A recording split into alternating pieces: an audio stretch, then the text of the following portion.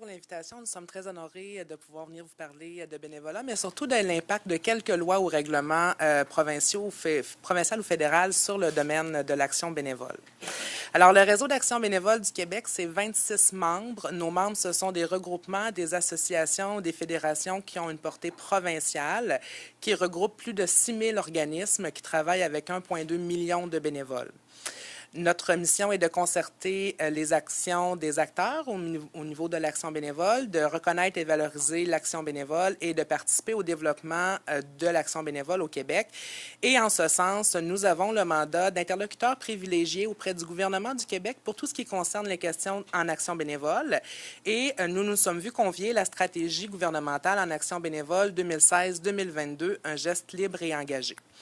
Dans le cadre de ce sondage, dans le cadre de cette stratégie, nous avons pu réaliser 2 sondages, dont un portait sur la perception du bénévolat par les Québécois, qui n'est malheureusement pas encore publié, mais un sondage que nous avons publié, dont nous avons publié les résultats, qui portait sur les portraits du bénévolat et des bénévoles au Québec, non seulement en termes de nombre, mais également en termes de motivation et d'impact sur l'entourage. Malheureusement, notre temps de présentation étant limité, je ne peux pas vraiment vous partager beaucoup de statistiques sorties de ces sondages, mais si vous avez un intérêt pour la période de questions, je pourrais certainement vous en parler. Pour aller dans le vif du sujet, au niveau des impacts des lois ou des règlements, nous allons vous porter à votre attention 3 sujets.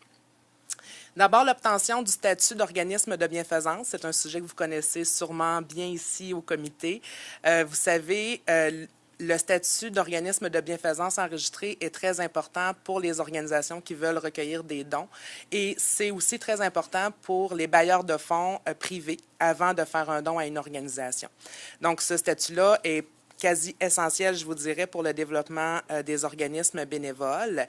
Les problématiques que nous avons rencontrées à cet égard, le délai peut être assez long. D'abord, on demande 6 mois avant de commencer à analyser les dossiers. Dans un deuxième temps, ce que nous avons remarqué, c'est qu'il y a beaucoup d'organismes de bienfaisance à qui on a suggéré, soit avant ou après avoir fait la demande, de modifier les objets de leur corporation et donc les lettres patentes, les règlements généraux, afin d'être plus explicites sur la portée charitable de leurs activités. C'est évidemment ces demandes-là de modification demandent d'un investissement en temps, en énergie, en argent pour les organismes, pour le personnel, mais aussi pour les bénévoles. On parle de frais juridiques, de frais pour faire modifier les lettres patentes, pour organiser une assemblée extraordinaire des membres. Donc, tout ça n'est pas sans frais. Et le délai de 6 mois n'est pas nécessairement réaliste quand on reçoit une réponse et qu'on doit... en fait, c'est 60 jours qu'on reçoit la réponse et qu'on doit adapter certains de nos objets, en fait. On nous donne 60 jours. Donc, en 60 jours, les organismes n'ont pas nécessairement toujours le temps de faire les démarches nécessaires pour arriver à modifier les objets de leur corporation, notamment. Par ailleurs, au Québec, il s'est passé quelque chose dernièrement avec le journal La Presse, que vous connaissez sûrement, qui est devenu nos BNL. Au Réseau d'action bénévole du Québec, nous avons 2 membres qui sont des membres communautaires au niveau des médias et qui sont préoccupés par le fait que la presse puisse devenir un OBNL et qu'avec un puissant lobby, puisse arriver à faire changer certaines règles d'attribution du statut d'organisme de bienfaisance et qu'au final, un OBNL bien nanti, comme la presse, qui débute avec une grande fondation, soit considéré au même titre que les médias communautaires locaux, bien ancrés dans leur communauté et qui doivent trouver des fonds pour continuer de fonctionner et d'offrir des services. À cet égard, nous souhaiterions recommander que le processus d'attribution du statut d'organisme de bienfaisance puisse être revu afin de diminuer les délais. Par exemple, il pourrait y avoir une façon plus rapide pour les organismes qui sont déjà reconnus par leur gouvernement provincial comme étant un organisme qui contribue au bien commun et à l'amélioration des conditions de vie des collectivités. Évidemment qu'on souhaiterait que les demandes de modification aux objets des organismes soient évitées. C'est souvent en lien avec la question du 10 % maximum d'activités politiques que les organismes vont devoir libeller ou revoir même le fondement même de leur mission. Alors, nous souhaiterions qu'une attention soit portée soit porté au fait que les activités politiques sont des moyens d'atteindre des fins charitables, comme l'a exposé un juge, donc le juge Anne Morgan de la Cour de l'Ontario en juillet dernier, à la faveur de l'organisme Canada sans pauvreté. Le deuxième sujet que je voudrais aborder avec vous, il a été abordé rapidement à la première partie de la séance, c'est la vérification des antécédents judiciaires des bénévoles. Donc, on a eu une question à cet effet-là. La vérification des antécédents judiciaires des bénévoles est une des 10 étapes de filtrage préconisées par Bénévoles Canada lorsque la tâche du bénévole le justifie. Au Québec, le corps de police provincial, la Sûreté du Québec, est celui qui est présent dans toutes les régions du Québec et qui dessert la majeure partie de la population.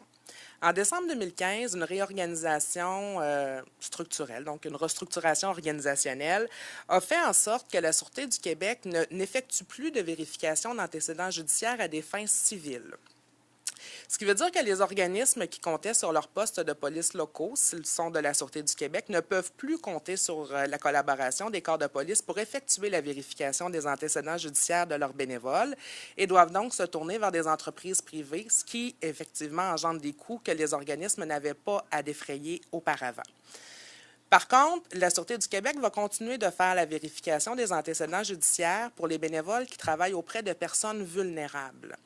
L'idée, ce n'est pas seulement que de cadrer dans la définition de personnes vulnérables. L'organisme doit aussi attester un ensemble de facteurs qui fait en sorte que la personne est vulnérable au moment où elle reçoit les services des bénévoles. Donc, ce n'est pas si évident de déterminer qui sont finalement les bénévoles qui travaillent vraiment avec des personnes vulnérables et qui donc peuvent avoir une vérification des antécédents judiciaires par la Sûreté du Québec. La raison pour laquelle la Sûreté du Québec continue de faire ces vérifications pour les personnes judiciaires, des antécédents judiciaires qui travaillent auprès des bénévoles qui travaillent auprès des personnes vulnérables, c'est que il y a juste un corps de police qui peut vérifier les empêchements. Donc, il y a le dossier criminel, mais il y a aussi tous les empêchements qui ne sortiront pas nécessairement à la vérification d'un dossier criminel. C'est ce qu'on vérifie au niveau des personnes vulnérables. Donc, ici, on voit un illogisme dans le sens où la Sûreté du Québec est le corps de police provincial au Québec. Le gouvernement du Québec conclut des ententes avec des organisations qui travaillent avec des bénévoles, leur demande absolument de faire la vérification des antécédents judiciaires de leurs bénévoles, mais si ces tâches-là ne cadrent pas dans la définition de travail auprès de personnes vulnérables de la Sûreté du Québec, ne peuvent pas être vérifiées par leur corps de police. Donc, on revient à engendrer des coûts pour vérifier les antécédents judiciaires des bénévoles, pour répondre à une exigence d'un programme gouvernemental sans avoir de soutien financier pour effectuer ce filtrage. Donc, évidemment, les sommes qui sont affectées à ce moment-là ne sont plus affectées au service à la population. Donc, c'est un enjeu quand même assez important actuellement au Québec au niveau de l'action bénévole. En ce sens-là, nous, on aimerait bien qu'il y ait un service de vérification des antécédents judiciaires qui puisse être disponible soit au niveau provincial ou au niveau fédéral pour l'ensemble des organisations qui travaillent avec des bénévoles. À défaut, pourquoi ne pas réfléchir à un fonds général sur le bénévolat où les organismes pourraient demander une certaine forme de remboursement pour les antécédents, la vérification d'antécédents judiciaires qui auraient été faits. Enfin, un dernier point rapidement. Récemment, le gouvernement du Québec a entamé des procédures pour modifier la loi sur la transparence et l'obéisme pour y inclure l'ensemble des OBNL.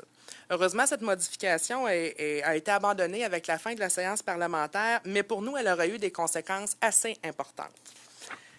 Ce qu'on voit, c'est la perte de vue de la finalité des activités des OBNL, la finalité étant un intérêt collectif plutôt qu'un intérêt économique particulier.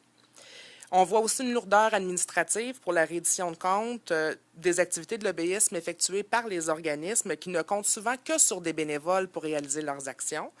Et enfin, nous craignons que l'assimilation de bénévoles administrateurs au statut de lobbyiste officiel, leur attribuant les mêmes devoirs et responsabilités, pourrait nuire au recrutement de nouveaux administrateurs pour siéger sur les différents conseils d'administration. À cet effet-là, nous rappelons l'observation de la commissaire au lobbying du Canada, Nancy Bélanger, qui a statué dans une affaire qui concernait le comité consultatif sur les armes à feu que seules les personnes qui sont rémunérées pour leurs activités de représentation avec des fonctionnaires fédéraux fédéraux devraient être considérés comme des lobbies.